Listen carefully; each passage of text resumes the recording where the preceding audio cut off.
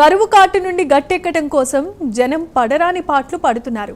వానదేవుడా కరుణించండయ్యా అని వేడుకుంటూ వింత వింత పూజలు నిర్వహిస్తున్నారు.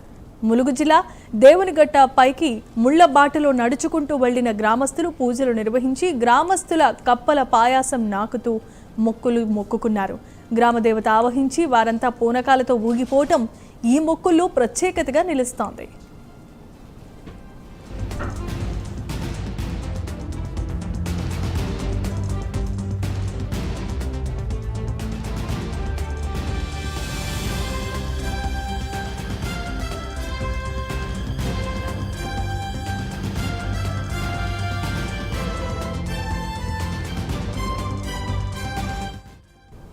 ఎల్నినో ప్రభావంతో జనమంతా దిక్కుతోచని స్థితిలో చిక్కుకున్నారు. సాగు సైతం సంక్షోభంలో చిక్కుకుపోయింది. దీంతో వర్షాల కోసం గ్రామీణ ప్రజలు పూర్వీకుల ఆచారాలు పాటిస్తూ వినూత్నంగా పూజలు నిర్వహిస్తున్నారు.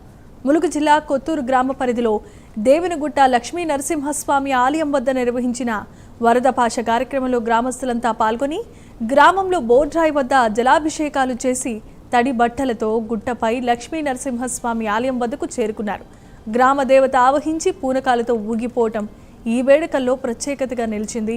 వరద పాయాసం కార్యక్రమం నిర్వహిస్తే ఖచ్చితంగా వర్షాలు కురుస్తాయనేది ఇక్కడున్న ప్రజల నమ్మకం.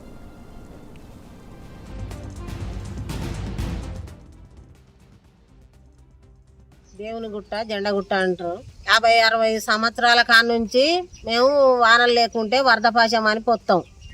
బియ్యం, బెల్లం, పాలు కొంచపోయి కలిపి వండి వరద పాశం అని పోతాం. వరద పాశం పోతే మాకు వర్షాలు కొట్టేది. ఈ ఏడు సూత అదే విధానంగా పోయి పోసినాం. 50-60 సంవత్సరాల కాడ నుంచి చిన్నపిల్లల కాడ నుంచి అట్లనే చేస్తాం. ఇప్పుడు 10-18 సంవత్సరాల బట్టి జాతర సాగుతుంది. ఆడ ములుగు జిల్లా ములుగు మండలం కొత్తూరు గ్రామంలోని దేవునిగుట్ట పైన పురాతనమైన ఆలయం ఉంది. ఈ ఆలయం 5-6 శతాబ్దానికి సంబంధించిన ఆలయం.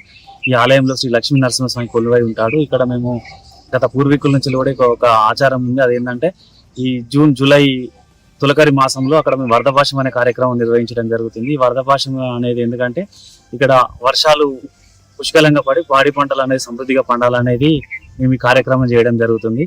ఇక్కడ కింది నుంచి అందరం ఊళ్ళో చిన్న పెద్ద అందరు కలిసి అక్కడికి స్వామివారి టెంపుల్ దగ్గరికి వెళ్ళి అక్కడ బెల్లం, పాలు, చక్కెర, నెయ్యితోని పాయసం తయారు చేసి ఆ పాయసాన్ని లక్ష్మీనరసింహస్వామికి నైవేద్యంగా పెట్టి దాన్ని అక్కడ నీటితో కడిగి ఆ బండల మీద పాయసాన్ని పోసి నాలుకతో నాకడం జరుగుతుంది. ఇట్లా నాకడం వల్ల వర్షాలు పడతాయి, ఇక్కడ ఎలాంటి కరువు కాటకాలు ఏర్పడే అనే నమ్మకం అనేది మా గ్రామస్తుల యొక్క నమ్మకం. ఇది ప్రతి ఏటా జరిపినట్టుగా ఈ సంవత్సరం కూడా ఈ వరదపాశం అనే కార్యక్రమాన్ని నిర్వహించడం జరిగింది. కొత్తూరు గ్రామం నుంచి 4 కిలోమీటర్ల ఎత్తులో ఉన్న గుట్టపై కాలు నడకన వెళ్లిన గ్రామస్తులు వినూత్న రీతిలో ఈ వేడుక నిర్వహించారు. బెల్లం, పాలు, కొబ్బరితో దేవునికి నైవేద్యంగా పాయాసం వండి ఒక పెద్ద బండపై పోసి మోకాళ్లపై కూర్చొని కప్పల వలె నాలుకతో నాకుతూ మొక్కులు చెల్లించారు. ఇక్కడ పురాతన కాలం నుండి ఇక్కడ మన లక్ష్మీ నరసింహస్వామి అనే దేవునిగుట్ట దగ్గరలో వెలిసి ఉంది. ఆ టెంపుల్ పురాతన కాలం టెంపుల్. ఈ టెంపుల్ కు లక్ష్మీ నరసింహస్వామి వెలిసిన కాంచాలి ప్రతి సంవత్సరం మా పుత్తూరు గ్రామం నుంచి ప్రజలు ప్రతి ఏటా తొలిచారు చినుకు ముందట వెళ్ళి అక్కడ వరదపాశం అనేసి వెళ్ళి వరదపాశం చేసుకొని బండల పైన పాయసం వేసి దాన్ని తినడం జరుగుతుంది. ఈ వర్షాలు మంచిగా పడి ప్రజలు అందరూ ఆరోగ్యంగా ఉండడం కోసం ఈ వరదపాశంగా గుర్తిస్తారు. ఈ పురాతన ఊళ్ళను మన ప్రభుత్వం కూడా గుర్తించి బడ్జెట్ కేటాయించి ఈ పురాతన కట్టడాలను కూడా కొంచెం అభివృద్ధి పథకంలో నిర్మించాలని నేను మా కొత్తూరు గ్రామ పంచాయతీ తరఫున నేను కోరుకుంటున్నాను. ఇప్పుడు 50 ఏళ్ళ కాడ నుండి మా ఊళ్ళో గుట్ట మీద జాతర జరిపించుకుంటాం. వరదపాశం మొత్తం ప్రతి సంవత్సరానికి ఒక రోజు శనివారం నాడు ఊరంతా సప్పులతో పోయి మంచిగా అక్కడ జాతర జరిపించుకుంటాం. మాకు వానలు వర్షాలు మంచిగా గుర్తాయి.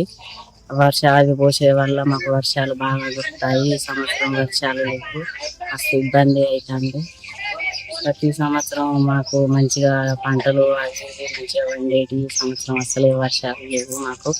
ప్రతి మాకు ఆడ జాతర మంచిగా జరిపించుకుంటాం. వంటలకు పోతాం, మంచిగా వరదపాశం పోతాం, అన్నదానాలు పెడతాం, అన్ని మంచిగా జరిపించుకుంటాం.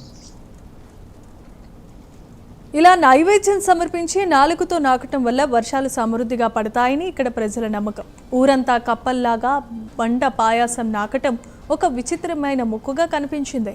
ఈ మొక్కు సమర్పిస్తే ఖచ్చితంగా వానదేవుడు కరుణిస్తాడని ఇక్కడున్న ప్రజలు నమ్ముతారు.